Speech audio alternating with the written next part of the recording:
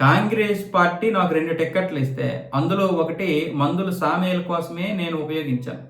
ఆ మందుల సామేలకే ఈ టిక్కెట్ ప్రిఫర్ చేశాను. తుంగతుర్తి ఎమ్మెల్యేగా గెలిచిన తర్వాత ఇప్పుడు నా మీద ఆరోపణలు చేస్తాడా?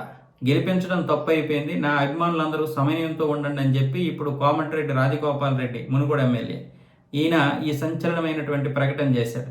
అయితే సామేలు తనని ఏ విధంగా విమర్శించడన్న విషయం తెలియదు కానీ నా మీదే అనేక ఆరోపణలు చేస్తున్నాడు.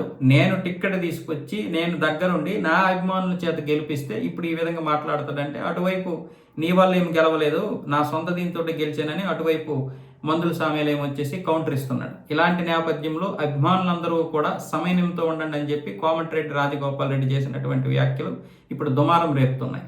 అంటే ఒకవేళ ఏమైనా అభిమానులు రెచ్చగొట్టే ప్రయత్నం ఏమైనా చేస్తున్నాడు అని చెప్పి ఇటు కాంగ్రెస్ ఏ విషయంలో కూడా కలగజేసుకోలేదు. ముఖ్యంగా కోమటిరెడ్డి రాజగోపాల్ రెడ్డి మొదటి నుంచి కూడా వివాదాస్పదమైనటువంటి వ్యాఖ్యలు చేయడం వల్ల ఇటు రేవంత్ రెడ్డి కేబినెట్ కూడా పెద్దగా దీని గురించి స్పందించి ఆయనకి పెద్దగా అంటే ఆయన్ని పట్టించుకోవడం లేదు.